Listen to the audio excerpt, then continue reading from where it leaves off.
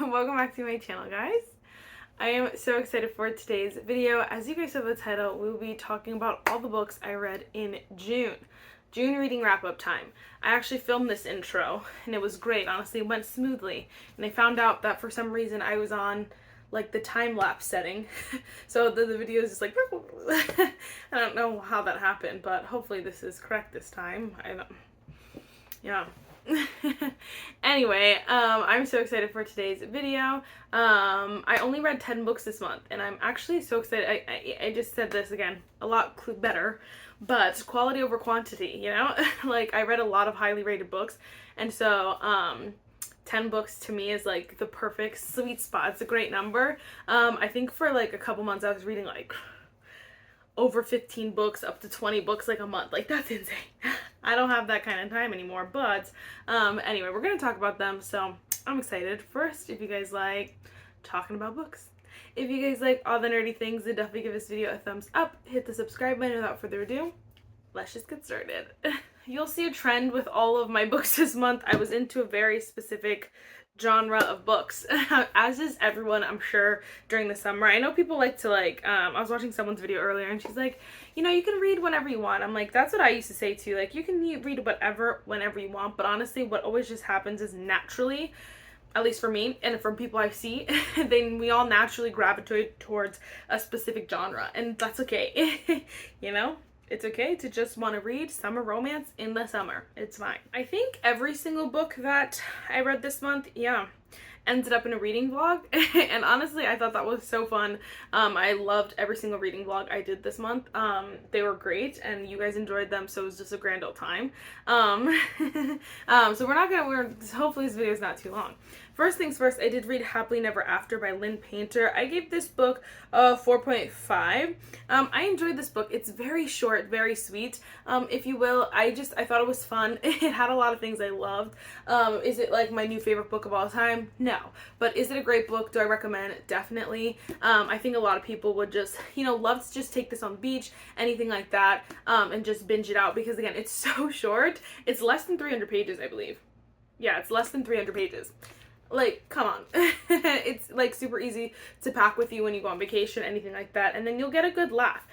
Basically, if you don't know, you can hire these people, end up being people you can hire to object at your wedding.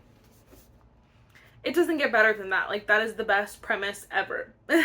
Like, I would love to do that. So, I definitely recommend this book. I thought it was so good. And this was only my second Lynn Painter book. And I definitely would read more of her books. I don't think she's going to be like an auto-buy author or anything like that. And I don't think I'm going to run to like read all of her backlist. But she's definitely like on my radar. I read Better Than the Movies. And that one, again, just wasn't my favorite. I liked it a lot. It just wasn't my favorite. And so I feel like that's where she kind of stands in my authors, is like mid, but like, we'll see.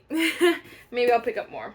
Then we read The Paradise Problem by Christina Lauren. This was my first ever Christina Lauren book, and honestly I did enjoy this. I gave this 4.25. So I liked the other one better, but still, I thought this book was still so good. I thought it was fun. Again, this is very summery, very like take me out to the beach, take me on vacation kind of book. I think there are a couple funny, I think it's funny. I just don't think it's the most like rom-com-y vibes, because there are some deeper things, which is totally fine, but I feel like it's just not like, I don't know, it's just not my favorite, you know?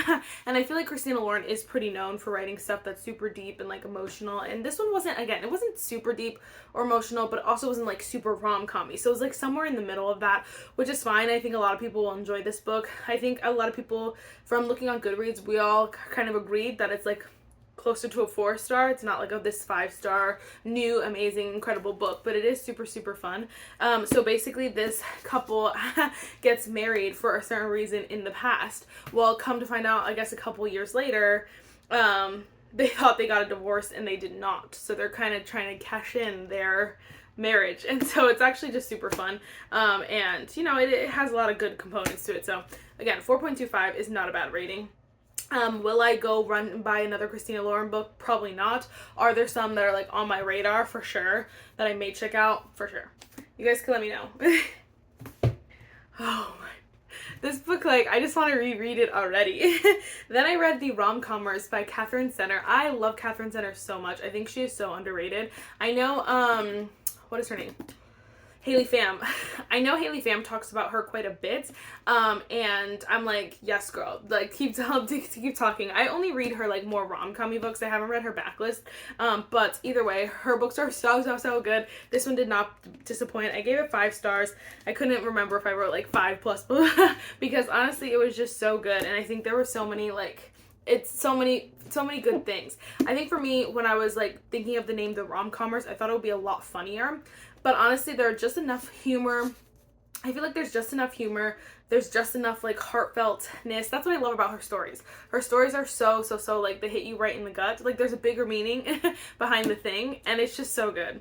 I don't know, I don't want to talk too much about this because I feel like this is definitely one that you should just go into it completely blind and you will enjoy it, love it. What the heck was I going to say? I think I literally cried at the end of this book because it was so, like, so 10 out of 10 would recommend. I will buy anything she puts out. Am I gonna run to go read her backlist? No. But will I buy everything else that comes out? Yes. I think her backlist is a little bit more like emotional and a little less rom-com-y, and thus not for me.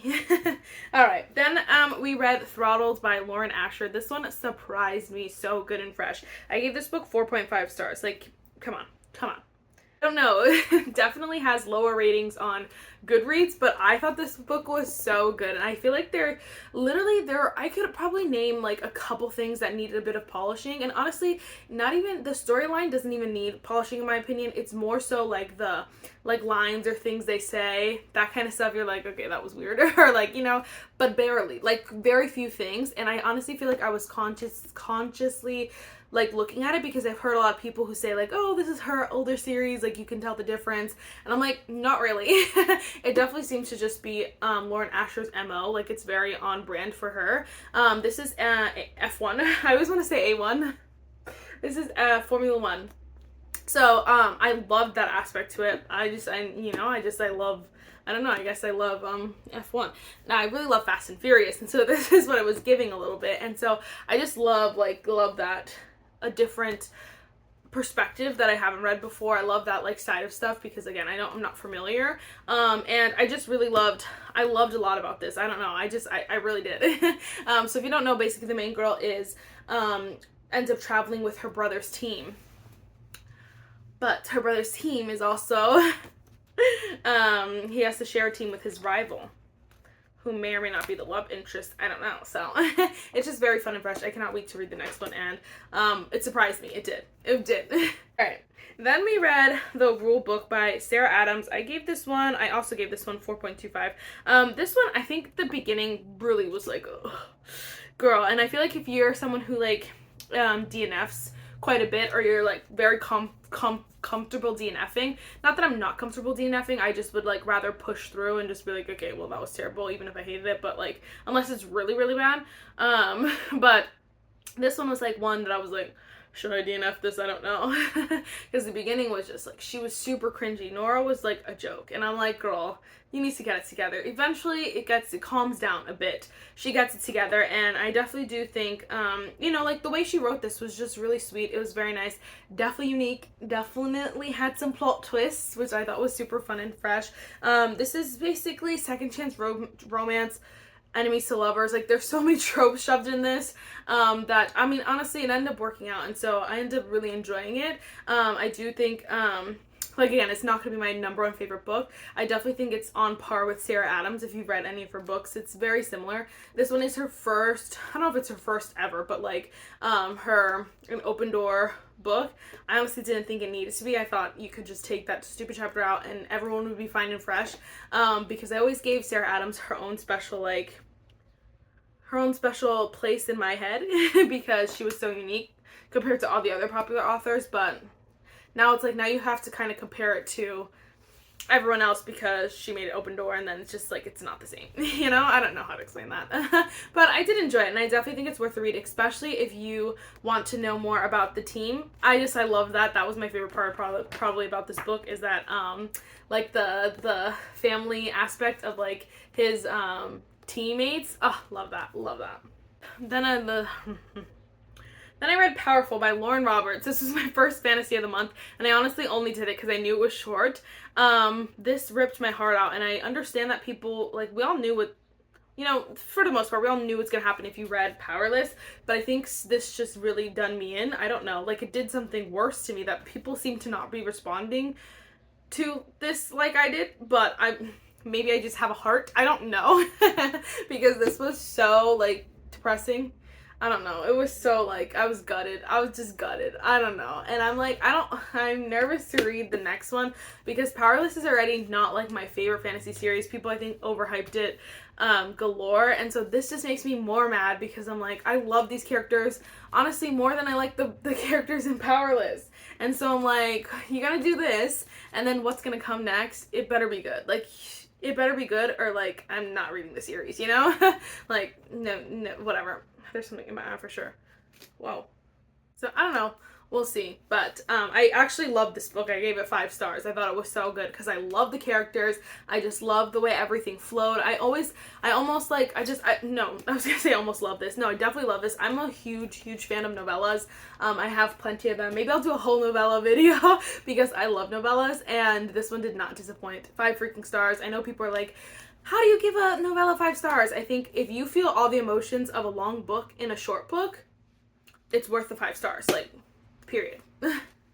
Alright, then we read Out on a Limb by Hannah Bonham Young. This is actually a reread. I can't believe I reread this. Again, I reread it in the wrong season again because this one, they talk about like sweaters and like it's snowing and like stuff like that. So just keep that in mind. It's not mentioned a lot. Like, I still enjoyed this book and we'll read it over and over and over again.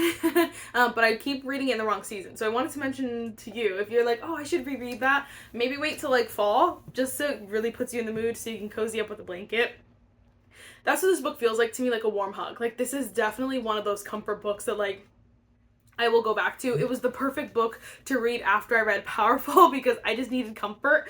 I needed a warm hug in a book, and this was exactly that. I thought it was just, I think this book is so incredible. Like, it's so perfect, and that's all I need to say. Again, it's a reread, so I don't, like, not much to say, but, like, I love it, and I hate people on the cover, and this is the cutest cover I've ever seen in my life. Hannah Bonham Young needs to, like, go redo everyone else's covers. Tell them who she went through, because everyone else needs help. If this is the standard, everyone else is slacking. This book is so good, and the cover is so beautiful. So, 10 out of 10.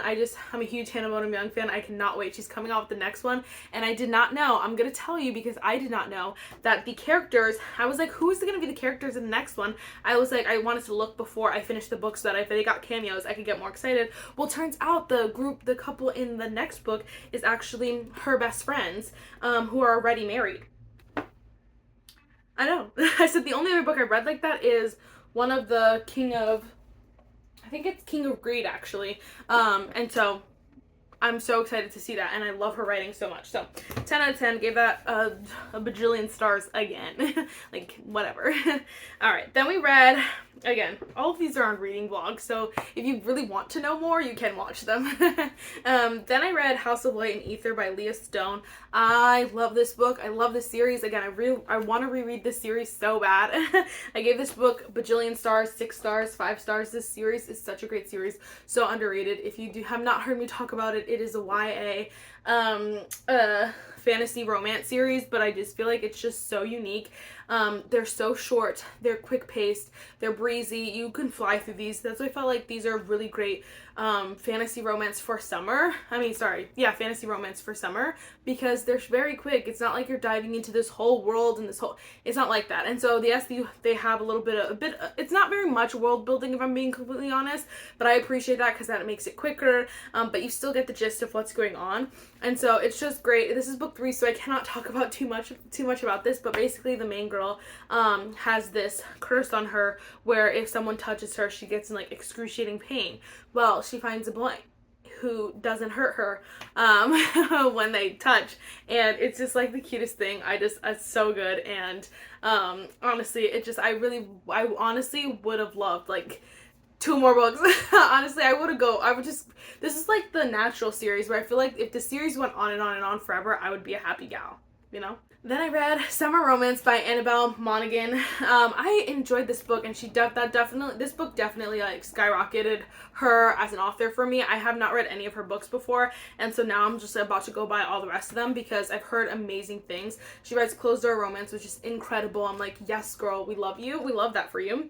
And this book was just so good. Basically, this woman becomes a single mom, and so I think she's 39, maybe 40, which is not common for a lot of the books that, you know, we read nowadays, I feel like, or that are popular or that are they're usually like 18, 19, 20, like under 25 basically, but we're getting something that's even older than that. And so I really appreciate that, and I really loved seeing that like kind of perspective. It kind of felt like she was writing like a diary of like, you know, her life, and I love that. You felt like you connected. I felt like I connected to the characters very easily. I just love what she built with this book, and I wanted more chapters. I'm like, give me more, please. Give me like an extended epilogue, extended epilogue. Like, give me the whole juicy tea. I wanted to know more, and so love this. Definitely so unique. If you have not read this, you need to read it. Please read it in the summer romance. Do it. Do it. Last but not least, I read Not in Love by Ali Hazelwood. I feel like this is one of those books where everyone else's opinion is like swaying my opinion. I ended up giving this book 4.5 stars, and I feel like I should just give it 4 stars. I gave it a Goodreads 4 stars. I liked this book. I think there was a lot of good components to it. I honestly said like the thing for me, I wish there was more cutesy like, oh my gosh, like moments. And there wasn't that many. There was like a couple. Honestly, there were very few, like 1 or 2, honestly, from memory. And so like I wanted more of that because I felt like, I don't know, like if you're gonna come out with something in summer, you should just make it as you know, as possible, in my opinion. Because I felt like this honestly should have been a book released in like fall or something. And I know authors don't always like release in the month that their book takes place, which I get that, but like also, I don't know, I feel like it needs to be released in a different month. This one also is not like her other books. I feel like this one is a lot more open door. And so keep that in mind if you're like used to her stuff. This one's a little bit different, and so that's not gonna be everyone's cup of tea. I just actually watched Haley Phams talk about this book, and she just was like, she did not like it, and so I'm like, I could see how a lot of people are just not loving it. And again, it's not gonna be my like, #1 favorite book. I enjoyed it. I think a lot of people will like enjoy it, but again, I don't think it's gonna be anyone's like #1 favorite book of the year or anything like that, but I did enjoy it, so I gave that one 4.5 stars. I don't know. Anyway, guys, those are all the books that I read. I honestly only read, I think, 3 books off of my TBR.